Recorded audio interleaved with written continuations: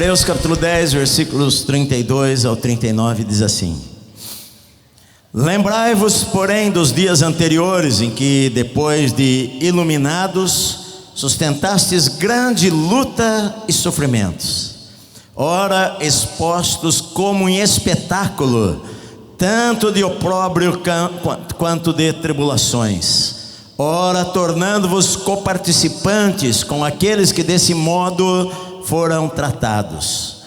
Porque não somente vos compadecestes dos encarcerados, como também aceitastes com alegria o espólio dos vossos bens, tendo ciência de possuirdes vós mesmos patrimônio superior e durável. Não abandoneis, portanto, a vossa confiança, ela tem grande galardão. Com efeito, tendes necessidade de perseverança, para que, havendo feito a vontade de Deus, alcanceis a promessa. Porque ainda dentro de pouco tempo, aquele que vem virá e não tardará. Todavia o meu justo viverá pela fé, e se retroceder, nele não se compraz a minha alma. Nós, porém, não somos dos que retrocedem para a perdição, somos, entretanto, da fé para a conservação da alma. Amém. Perseverança é o que nós precisamos na nossa vida, e é o que eles, na verdade, os hebreus, eles estavam precisando naquele momento. Eles haviam dado provas já da sua fé em Cristo. Era uma comunidade de judeus que havia se convertido ao Senhor Jesus, e que, quando se converteram, passaram por muitas provações na sua vida.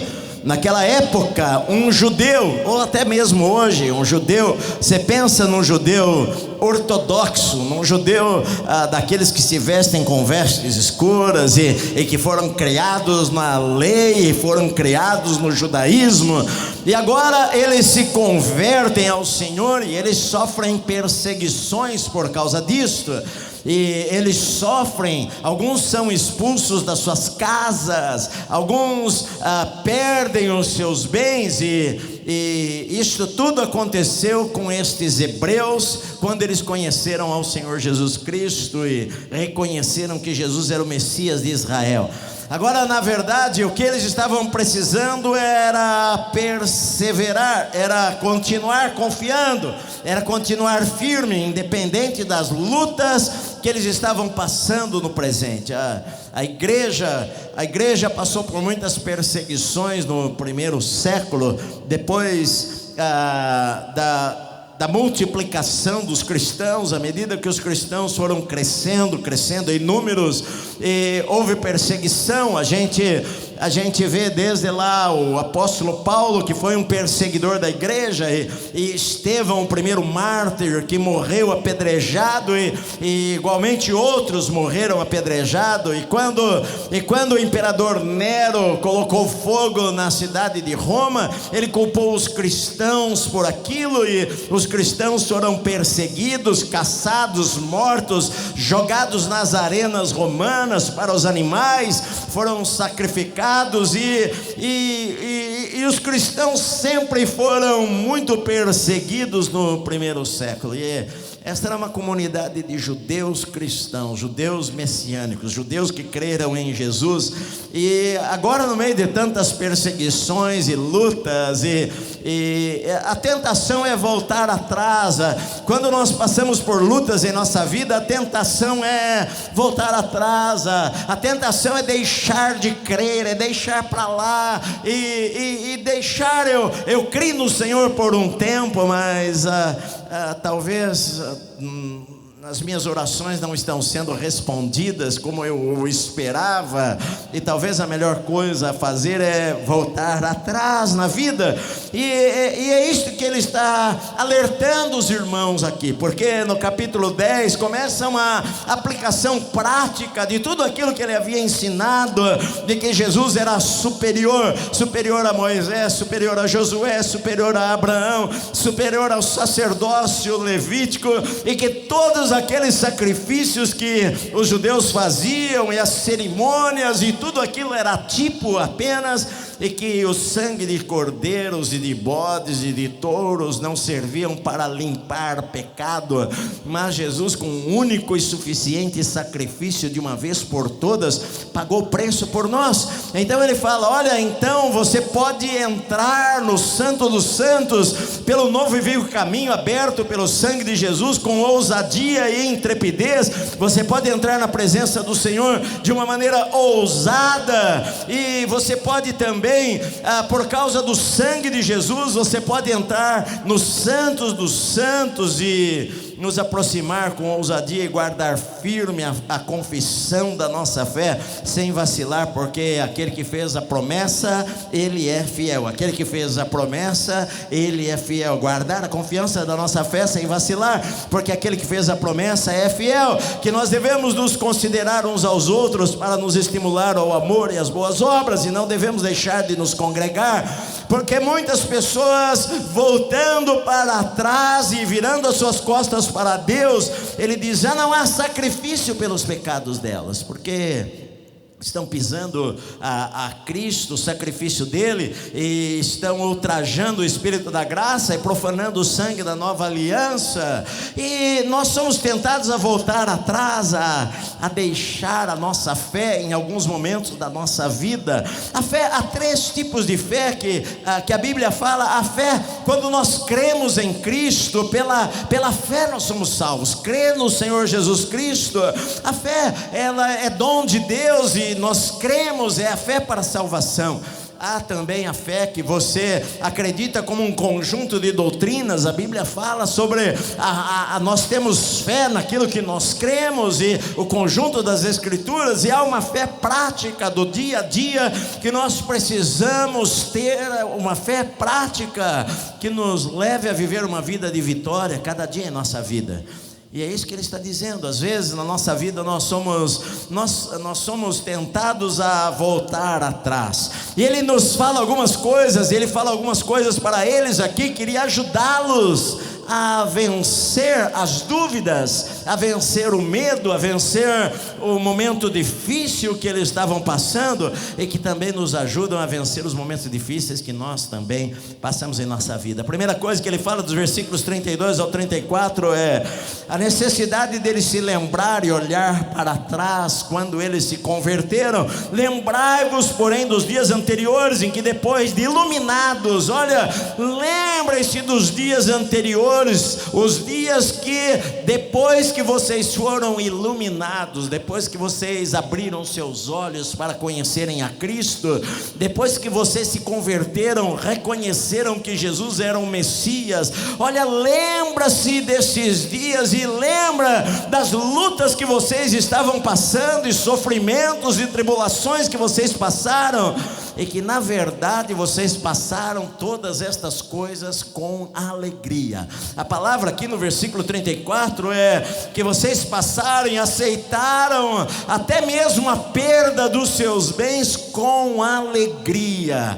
Olha, vocês se lembram, e isto nos ajuda a crer no presente. Quando nós nos lembramos do que Deus já fez no passado em nossa vida, nos ajuda a acreditar que aquele que começou a obra em nossa vida vai completá-la, e não vai parar, e que se Deus nos abençoou antes, Ele vai continuar nos abençoando agora. E na verdade nós já passamos por lutas em nossa vida, e quando nós estamos em lutas no presente, muitas vezes nós nos esquecemos das dificuldades que nós já passamos no passado, e que o Senhor estava conosco lá no passado também, no meio das lutas e tribulações que nós passamos, mas nós éramos alegres. O que ele está dizendo, como Paulo fala, nos esquecendo das coisas que para trás ficam. Sim, há muitas coisas em nossa vida que nós precisamos nos esquecer e deixar no passado. Eu não posso trazer as acusações do passado, eu não posso trazer os pecados do passado, eu não posso trazer as coisas que o diabo quer lançar sobre a minha vida, e que talvez eu tenha feito no passado. Eu tenho que deixar para lá e esquecer. Mas tem muitas coisas que eu não posso me esquecer, e que de vez em quando eu preciso trazer a lembrança. É o que Jeremias fala: eu preciso trazer a lembrança, a memória, as coisas que podem me dar esperança no momento. Ele fala: as misericórdias do Senhor são a causa de nós não sermos consumidos, grande é a sua fidelidade. Se eu me lembrar das vezes que Deus foi misericordioso com a minha vida, isso me ajuda a passar o momento, isso me ajuda a passar a tribulação, isso me ajuda a passar o momento de dificuldade que eu estou passando. E Ele está dizendo: olha, vocês se lembram de que mesmo no meio dos sofrimentos e lutas, e grande luta, vocês eram alegres. A gente que é cristão, a gente não é alegre pelas circunstâncias, nós somos alegres porque Jesus nos deixa alegres. Circunstâncias, elas mudam. Circunstâncias, situações em nossa vida, elas mudam. Às vezes, é claro, tem situações que nos deixam tristes, mas nós temos uma promessa da Bíblia que diz que a tristeza, ela pode durar uma noite inteira, mas a alegria vai vir pelo amanhecer. Deus não vai deixar você ficar triste a vida inteira, não. Então nós temos que nos lembrar. Ele fala: olha, vocês se lembram, olhem para trás, os dias anteriores, depois que vocês conheceram ao Senhor. E Ele fala: olha, ora vocês foram expostos como espetáculo. Esta palavra é teatro, como se fosse um palco, e vocês foram expostos à vergonha, opróbrio, uma vergonha pública, e vocês passaram por grande tribulação, e vocês se compadeceram daqueles que passaram por tribulações maiores ainda, tornando-vos coparticipantes com aqueles que desse modo foram tratados. Vocês se compadeceram daqueles que foram presos. Sabe o que aconteceu, queridos? Quando eles creram no Senhor, alguns irmãos chegaram a ser presos, eles estão dizendo, e quando alguém era preso naquela época, o governo não dava sustento, não. Paulo ficou preso lá em Roma, e os irmãos mandaram para ele até agradece a igreja lá de Tessalônica, e ele fala: olha, de Filipos, ele fala: eu agradeço a Deus porque várias vezes já vocês já me mandaram alimentos, me mandaram coisas, eu estou suprido. Por quê? Porque a pessoa era presa, e se ninguém cuidasse de você, se ninguém levasse comida lá na prisão, você morria de fome lá preso. Então os irmãos, quando viram que outros irmãos foram presos, eles se compadeceram e arriscaram ser presos também, e visitavam, e levavam alimento, e cuidavam uns dos outros. E o escritor está dizendo aqui: não somente vocês se compadeceram dos encarcerados, mas vocês também aceitaram com alegria o espólio dos vossos bens. Sabe, vocês aceitaram alegremente perderem coisas, levarem os seus bens embora, tirarem a sua casa, que agora você creu em Jesus. Uma pessoa cria em Jesus, ele era expulso da sinagoga. Ser expulso da sinagoga, como aconteceu com aquele cego lá, que Jesus curou, e todos ficaram abismados: quem foi que te curou? E o médico falou: eu não sei quem me curou. E depois ele encontrou-se com Jesus, e ele voltou falando para os sacerdotes: Jesus que me curou. O que você acha que ele é? Eu creio que ele é profeta, é um homem de Deus. Você não sabe nada, você não passa de um cego, você era cego, você não sabe nada. E o expulsaram da sinagoga. Ele falou: olha, uma coisa eu sei, eu talvez não sei muita coisa, eu só sei o seguinte, que eu era cego e agora eu vejo. Isso eu sei, eu era cego e agora eu vejo. Se ele é profeta, se ele não é profeta, isso eu não sei. O que eu sei é que eu era cego e agora eu estou enxergando. E expulsaram o homem da sinagoga. Ser expulso da sinagoga era como se você perdesse a tua família, perdesse a sua casa, perdesse a sua dignidade, exposto ao ridículo, ao vexame, à zombaria, expostos como num teatro, num espetáculo. E ele está dizendo: vocês se lembram que vocês passaram por todas estas coisas, e vocês passaram com alegria, e atravessaram um período de dificuldade, quando vocês foram abandonados, e vocês se lembram que o Senhor não abandonou vocês por um instante sequer. Se Ele não fez isso no passado, Ele não vai fazer agora também. Não vai abandonar vocês agora também.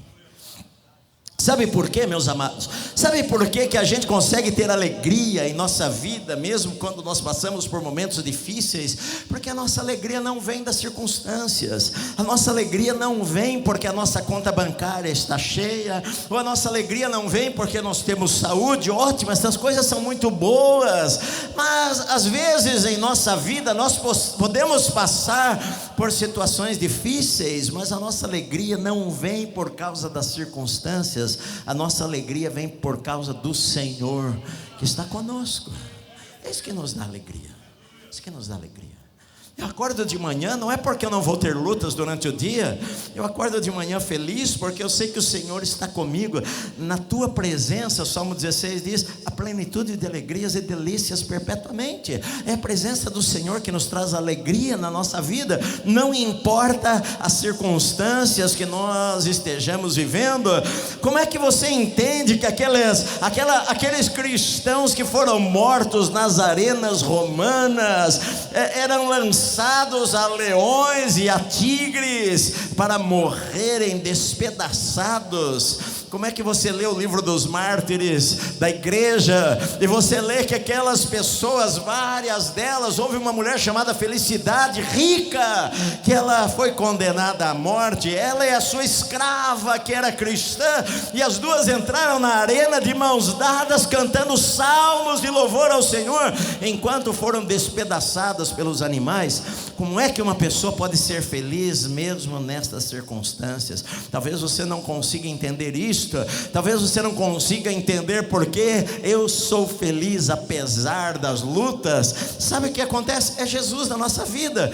Como é que aquele homem da família Spafford escreveu aquele hino "Sou feliz com Jesus", justamente no alto mar, onde as suas 4 filhas morreram no naufrágio do navio? Como é que podemos ter esta alegria que não está em coisas, não está em circunstâncias, não está em situação? E ele está dizendo aqui para eles, sabe o porquê? O que acontece na nossa vida? É porque os valores destas pessoas eram diferentes. Os valores deles, o coração deles não estava apenas nas coisas desta vida, desta terra. Os seus valores maiores não eram os terrenos, mas eram os valores celestiais. Porque ele diz aqui no versículo 34: tendo ciência de possuirdes vós mesmos patrimônio superior e durável. Sabe por que vocês, mesmo perdendo a sua casa, você continuou feliz? Porque você tinha certeza que você tem um patrimônio superior e durável, que ladrão não pode roubar, que a traça não pode consumir, que ninguém pode tirar de você. Nós temos um tesouro que não é desta terra. Jesus falou: onde estiver o teu coração, é aí que está o teu tesouro. Às vezes os nossos problemas é porque o nosso coração o tempo todo somente está nas coisas desta vida.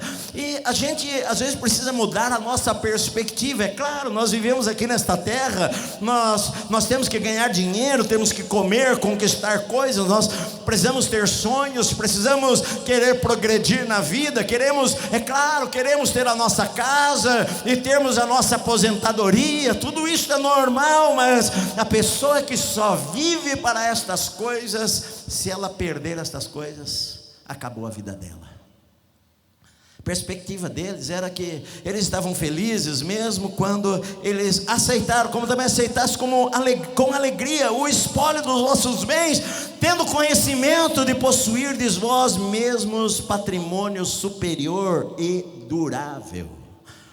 Ele, além de ser um patrimônio superior, é durável, ninguém pode roubar. Jesus falou: olha, ajunte tesouros onde a traça não corrói, onde os ladrões não entram e roubam, lá que deve estar o nosso tesouro. O apóstolo Paulo falou o seguinte, que se a nossa esperança em Cristo se limita apenas a esta vida, nós somos os mais miseráveis dos homens. Se a nossa esperança em Cristo se limita só a esta vida, nós somos miseráveis. Jesus, não foi Jesus que falou: aquele que quer ganhar a sua vida, perca a sua vida. Aquele que perder a sua vida, na verdade, ele está ganhando a sua vida. Se a Bíblia for mentira, eu perdi a minha vida. Sendo sincero para vocês, se eu morrer e esta palavra não for verdade, eu perdi a minha vida. Perdi não, porque eu tenho prazer na minha vida. Eu gosto demais da minha vida. Mas eu vivi para Deus. Se for mentira, se Deus não existe, eu perdi meu tempo. Porque eu gastei milhares de horas na minha vida lendo essa palavra. Gastei, sei lá, eu não sei se milhares, centenas de horas orando. Gastei centenas de horas indo aos cultos na igreja, indo em orações, ouvindo pregações, ouvindo sermões. Se tudo isto é mentira, eu perdi a minha vida. Mas se tudo isso é verdade, eu ganhei a minha vida. E eu creio que eu ganhei a minha vida. Então por isso que eles estavam alegres, porque a perspectiva deles não era apenas das coisas desta terra. As pessoas que vivem pelas perspectivas das coisas apenas desta terra, em que o ganhar, o ajuntar é o mais importante, o mundo dele é este mundo. Por isso que quando de repente a empresa fale, ele não vê esperança. Quanta gente que se suicida porque não tem esperança, porque os seus olhos estão apenas nas coisas desta vida, não estão nas coisas do céu. As pessoas perdem o sentido das coisas que realmente têm valor, e porque um namorado terminou o namoro é motivo para enforcar ou cortar o pulso, porque os seus olhos estão apenas nas coisas desta vida. Ela não consegue enxergar uma vida abundante que existe no mundo invisível, e que ela só enxerga as circunstâncias que estão à sua volta. O que é que fazia um missionário há 200 anos atrás, ou há 250 anos atrás, quando não havia avião, não havia um meio de transporte rápido, e pessoas deixaram seu país, por exemplo, na Inglaterra, para serem missionários na África, na Índia, na China, e a navegação, aqueles navios da época do descobrimento do Brasil, que demorava 3, 4, 5 meses para chegar ao seu destino, navios sem motor, navios a velas, e o que levava essas pessoas a largarem a sua pátria e muitas vezes nunca mais voltarem para ver os seus familiares, e muitos deles foram a países e deram a vida e morreram. O que é que fazia estas pessoas deixarem a segurança para dar a vida, se elas não estivessem com seus olhos nas coisas eternas? Então, o que o autor está dizendo é que, sabe por que vocês eram alegres mesmo nas perdas? É porque os seus olhos estavam em coisas duráveis, em coisas superiores, em coisas maiores, que se nós perdermos esta terra, nós sabemos que nós temos na eternidade. Nós sabemos que a nossa vida nesta terra, a Bíblia usa mais de 19 metáforas para falar sobre a brevidade da vida. A vida nesta terra, ela é como uma fumaça, é como um vento, é como uma flor que nasce, logo murcha e morre, é como um vapor que logo desaparece. O homem que coloca a sua esperança só nas coisas desta vida, ele morre e não leva nada. Como eu falei para vocês que o John Rockefeller era o homem mais rico do mundo, e quando ele morreu perguntaram ao seu contador o que é que ele deixou, e o contador falou: ele deixou tudo. Ele queria saber quanto dinheiro ele deixou, e o contador falou: ele deixou tudo, não levou nada. Não levou nada. Pode pôr o melhor terno, pode pôr a abotoadura de ouro, pode pôr até um dinheiro no bolso, pode pôr como os egípcios eram enterrados com ouro e coisas preciosas, pode pensar: eu vou usar isso, mas aquilo vai servir apenas para ladrões assaltarem o túmulo e roubar até o dente de ouro que está na tua boca. E depois de uns dias, você é diretor de uma grande empresa, depois de uns dias contratam outro, meu querido. Tinha gente lá na fila só esperando você morrer para ocupar o teu posto. E de repente a plaquinha que você lutou tanto para conquistar, de diretor, que estava em cima da mesa, ela vai ser limpa 2, 3 dias depois, se não for no dia seguinte. e alguém vai sentar na tua cadeira, e alguém vai ocupar o teu lugar, e em pouco tempo as pessoas vão esquecer de você, esquecer que você existiu. O que adianta ganharmos o mundo inteiro e perdermos a nossa alma? Então sabe o que acontece? Essas pessoas, a visão delas era uma visão do reino, era maior do que a visão que elas tinham das coisas desta terra.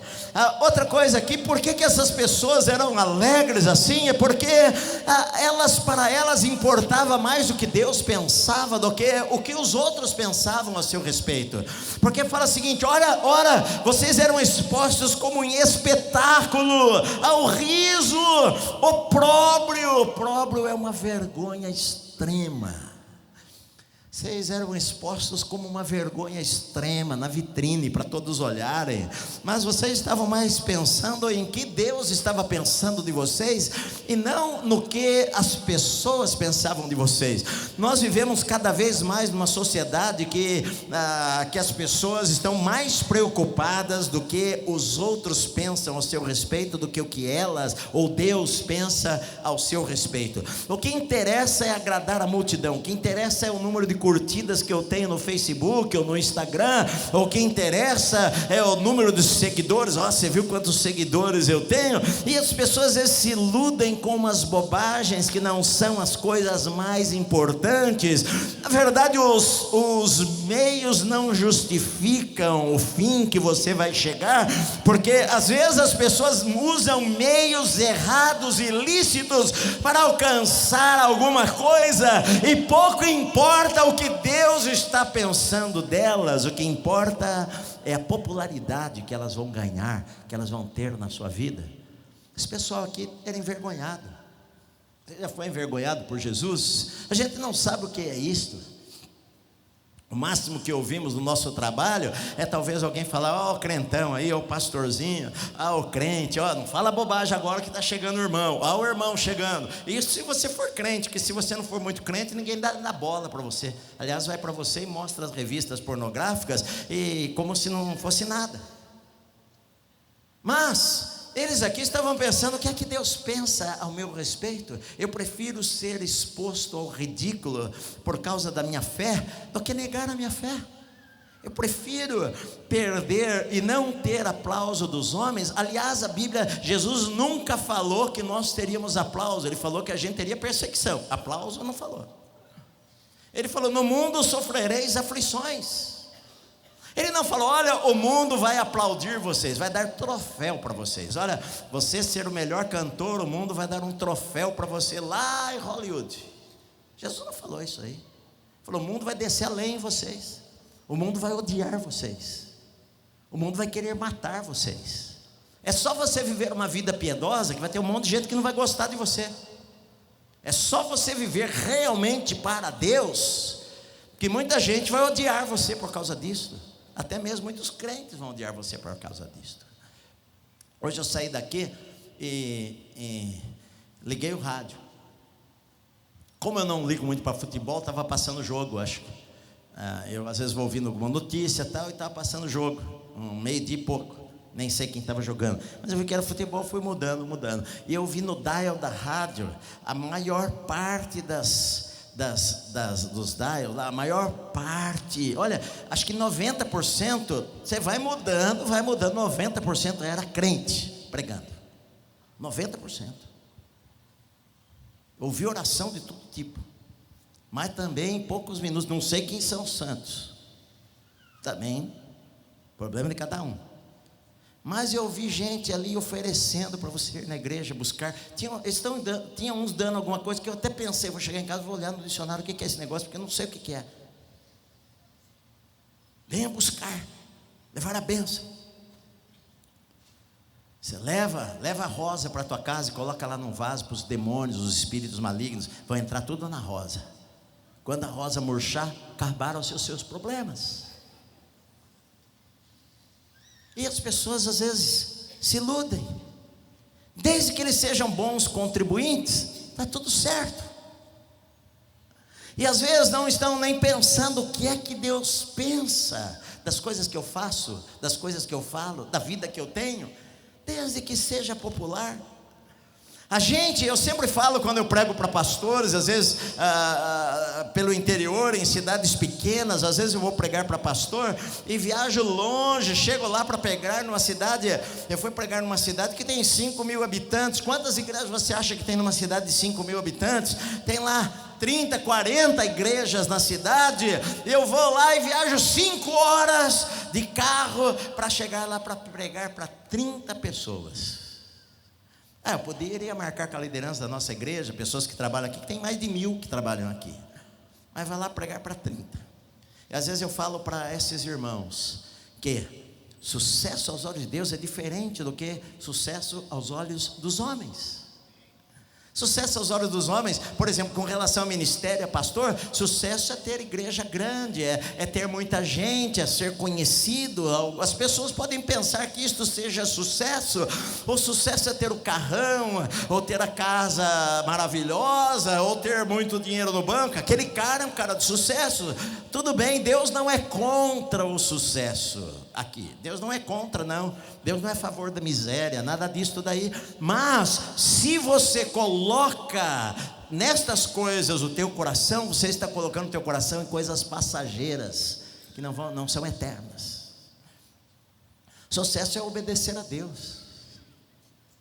Eu posso ser um sucesso estando lá na África, ou ser um pastor numa comunidade pobre, numa favela, em um lugar que ninguém quer ir lá, mas Deus me chamou para eu ir lá, e eu sou fiel ao Senhor, e eu estou fazendo a obra de Deus. Deus tem um lugar para cada pessoa, Deus tem um lugar para mim, um lugar para você, enfim, o que interessa é eu ser fiel onde Deus me colocou, na empresa que Ele me colocou, no trabalho que Ele me colocou, na profissão que Ele me colocou. Ali é um lugar para eu honrar ao Senhor através da minha profissão. Então esses crentes aqui, a perspectiva deles era Deus. É por isso que eu posso perder bens, perder coisas, e assim mesmo não perder a minha alegria, meu amado. Não perco a minha alegria. Olha só, os sofrimentos às vezes também, eles não são iguais para todas as pessoas, porque eles estavam sendo perseguidos aqui, mas uns foram presos e outros não foram presos. E aqueles que não foram presos foram visitar e ajudar os irmãos que foram presos.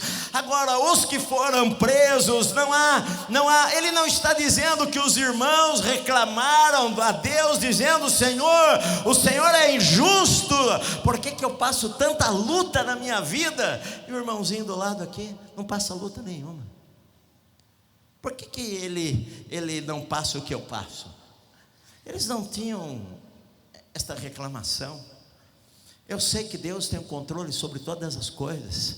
Eu sei que Deus é soberano. Eu sei que a minha vida está nas mãos do Senhor. Eu tenho certeza que não cai um fio de cabelo da minha cabeça sem que o Senhor saiba.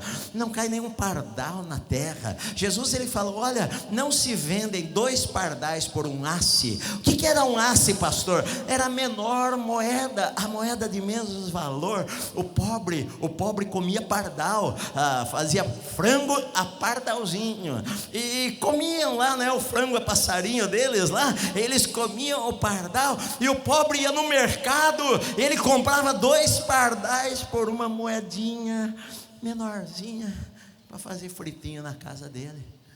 Jesus falou: não se vende 2 pardais por um asse. Contudo, o vosso Pai Celestial conhece cada um deles, nenhum deles cai sem que o Senhor saiba. Olha, vocês têm mais valor do que os pardais, vocês valem mais, homens de pequena fé. Se o Senhor cuida dos pardais, que tem tão pouco valor aos olhos dos homens, como é que Deus não vai cuidar de vocês, que foram criados à imagem e à semelhança de Deus? Na verdade, a gente se preocupa quando o nosso coração está demasiadamente nas coisas desta vida. Quantas vezes eu falei para você que a gente coloca a fonte do suprimento no nosso trabalho, e de repente eu sou mandado embora, a empresa quebra, e eu fico desesperado, porque a minha fonte não era o Senhor, a minha fonte era o meu patrão quebrou, e agora eu estou sem recursos. Quando a minha fonte é o Senhor, pode acontecer o que for, Deus tem uma porta aberta, Deus abre caminho no deserto, Deus envia corvos para suprir, Deus fala com os vermes, fala para vai lá e pica aquela árvorezinha que está cobrindo a Jonas, Deus fala lá para o peixe no mar, vai lá e engole o profeta. Deus, ele tem controle sobre todas as coisas. O Deus que nós servimos é o Deus do universo, meu amado. Ele tem o controle sobre cada detalhe da nossa vida, e nós cantamos isso daqui, que eu acredito que todas as coisas realmente cooperam para o bem daquele que ama a Deus. Se você ama a Deus de verdade, até mesmo as tribulações que você passa na tua vida servem de alguma maneira para fazer de você mais crente ainda, servem para a gente. Ninguém gosta, claro, nós não gostamos de passar por tribulação nenhuma, mas às vezes algumas coisas em nossa vida quebram mais o nosso coração, nos deixa mais humildes, nos deixa mais dependentes de Deus. Deus quer controlar sentimentos que nós nem conhecíamos. Às vezes nós tínhamos dentro da gente sentimento de raiva que Deus quer controlar em nossa vida, e às vezes Deus permite certas coisas, de impaciência, de orgulho. Às vezes eu penso que eu sou tão humilde que eu tenho vontade de me dar uma medalha pela minha humildade, mas de repente eu sofro alguma coisa e eu vejo que eu não sou tão humilde como eu achava que eu era humilde. E às vezes eu apanho, porque o meu coração está preso em coisas apenas desta terra. E o fato de eu perder o dinheiro fez com que eu tivesse dúvidas sobre o caráter de Deus, o cuidado de Deus, o amor de Deus pela minha vida. Esses irmãos, o apóstolo fala para eles: olhem para trás, lembrai-vos dos dias anteriores. Agora, uma coisa que ele fala aqui também, que nos ajuda a passar pelas provas no presente, é olharmos para o futuro. Ele também fala, ao mesmo tempo que ele fala olhe para trás, ele também fala olhe para frente, porque estes irmãos olharam para frente, porque eles viram o seguinte: eles tiveram ciência de possuir um patrimônio superior e durável.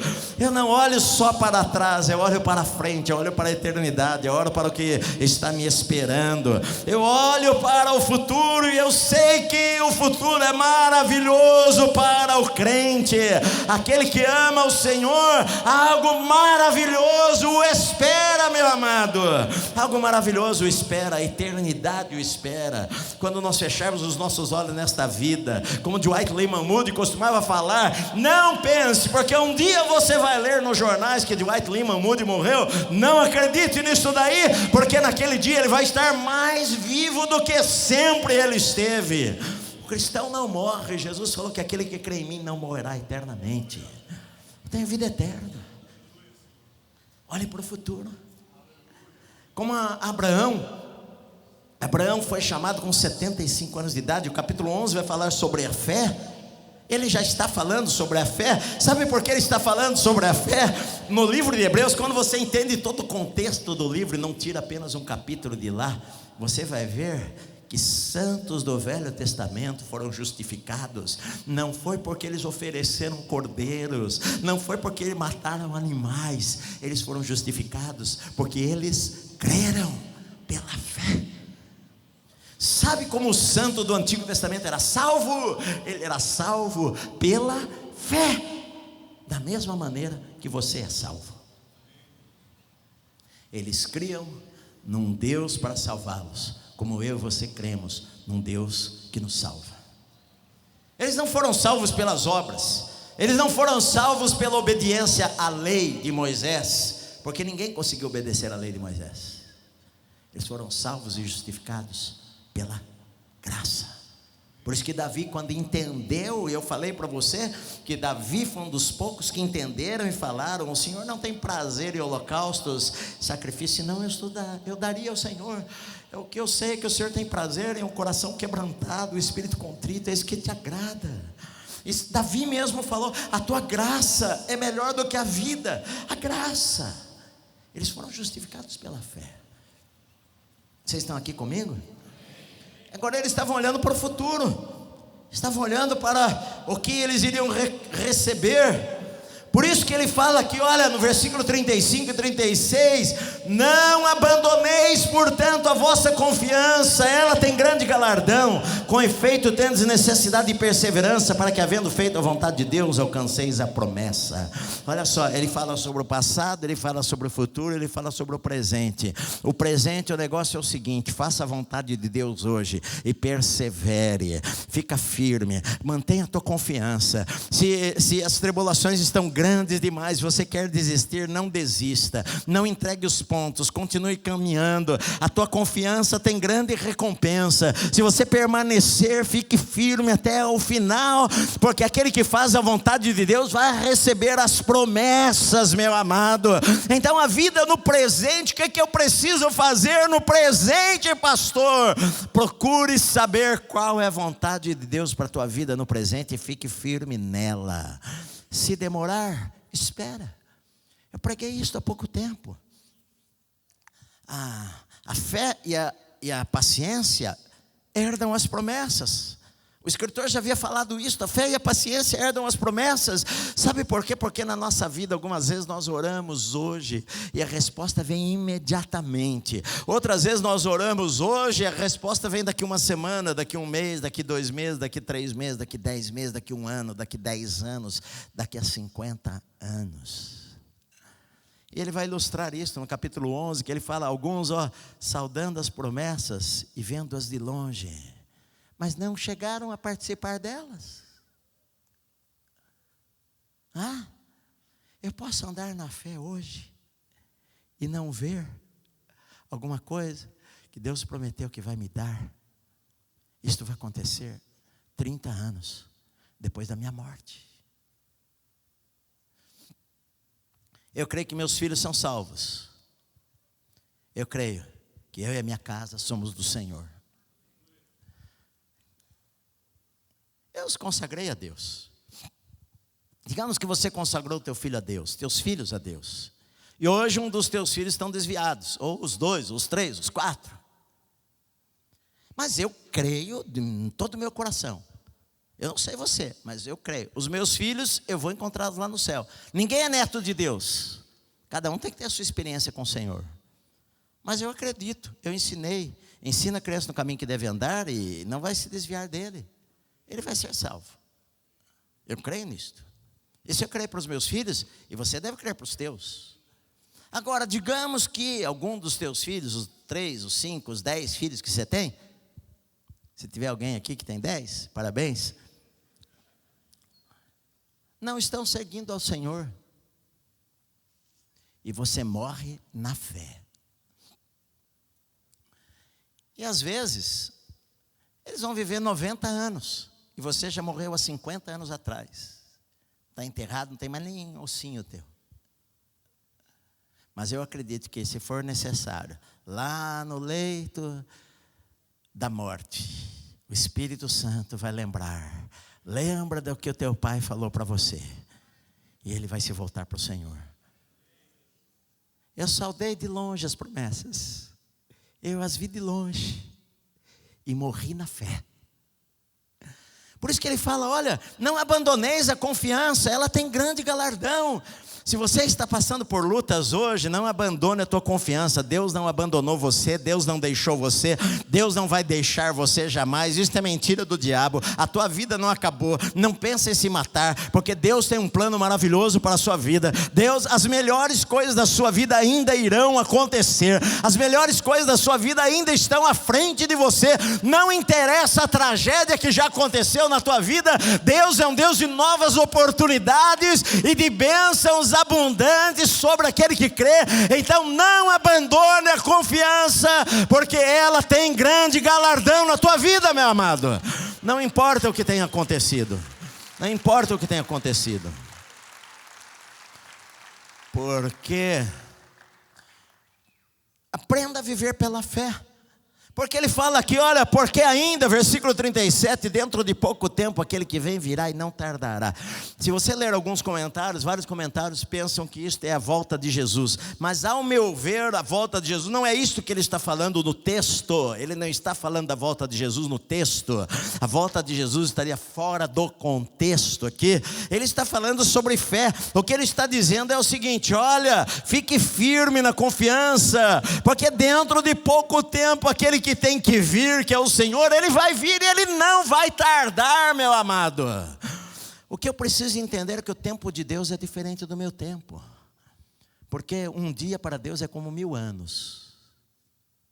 Aí eu acho que Deus, pastor, eu estou aqui na fé lutando, eu estou na fé aqui perseverando, mas a bênção não chega. Eu estou aqui perseverando, mas Deus não faz nada na minha vida. O milagre não acontece. Porque aos olhos de Deus Ele está dizendo, olha, ainda dentro de pouco tempo para Deus, pode ser que sejam 50 anos. Se 1000 anos é como um dia, 50 anos é como uma hora. Mas Ele vai vir. Na hora certa de Deus, Ele vai vir. Ele vai vir no tempo certo para a tua vida. A ênfase é, olha, aprenda a viver pela fé, porque ele diz aqui, todavia o meu justo viverá pela fé.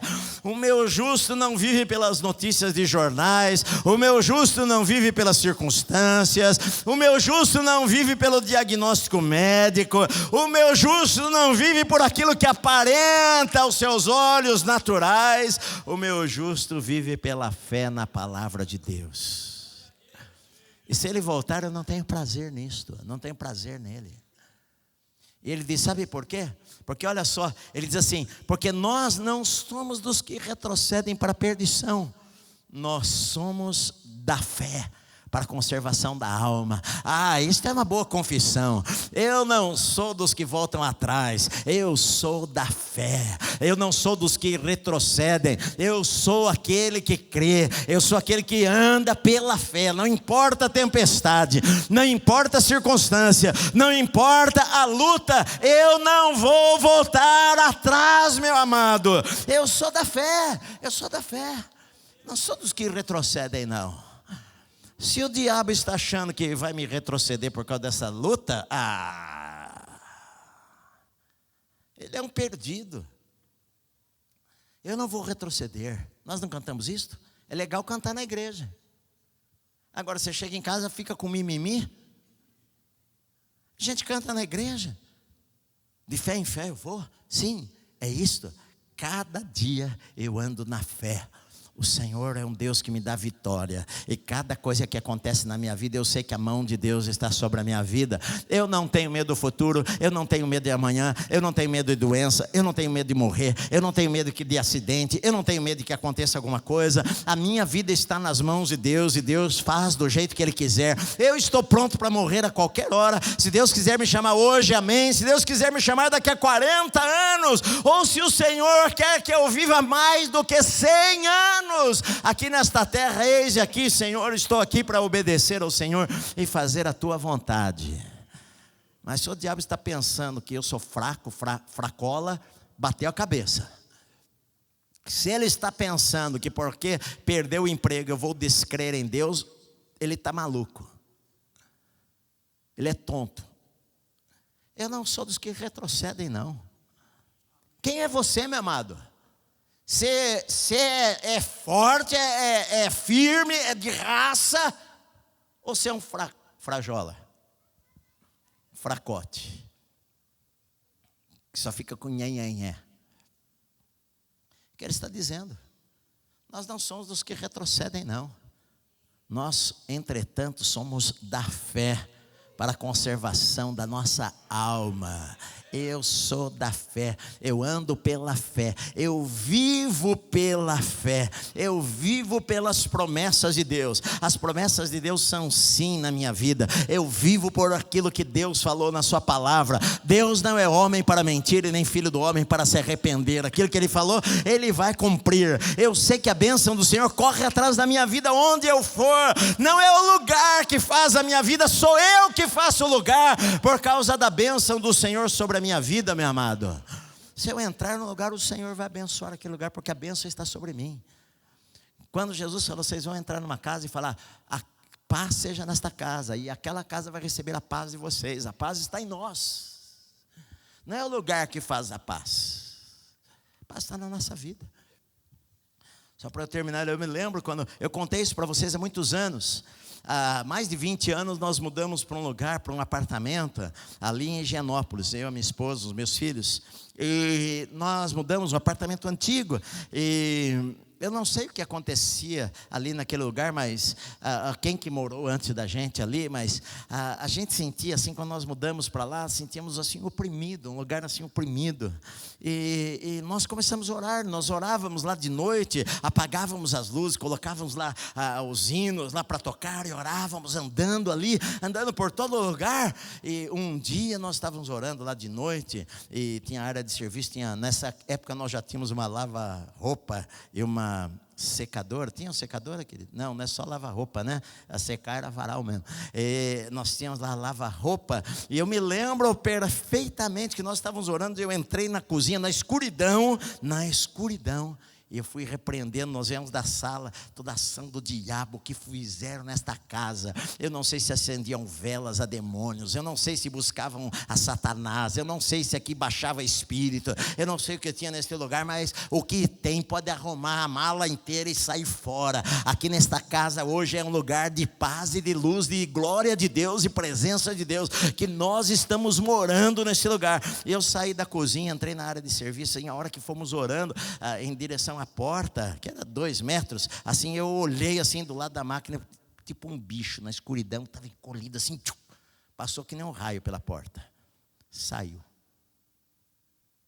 Nunca mais teve qualquer coisa lá em casa.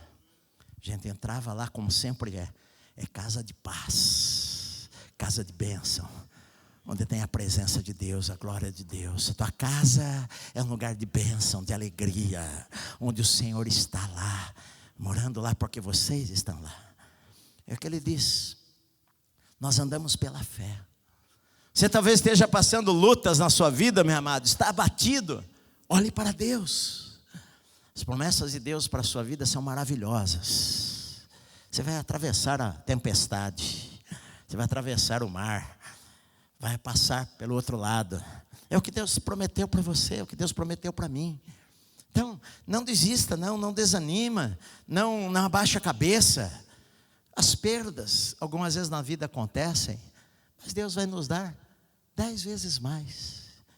Nosso coração não está nisto. Está no carro, não está na casa. Ótimo, glória a Deus, Deus é um Deus que nos abençoa, mas nosso coração não está lá, não. Nosso coração está no céu, nosso coração está no reino de Deus, nosso coração está em fazer a vontade de Deus. É isso que nós fazemos em nossa vida, e vivemos para isto, e morremos para isso. Se vivermos, somos do Senhor, se morrermos, somos do Senhor também. É isso que nós fazemos, é para isso que nós vivemos, e o justo vive pela fé.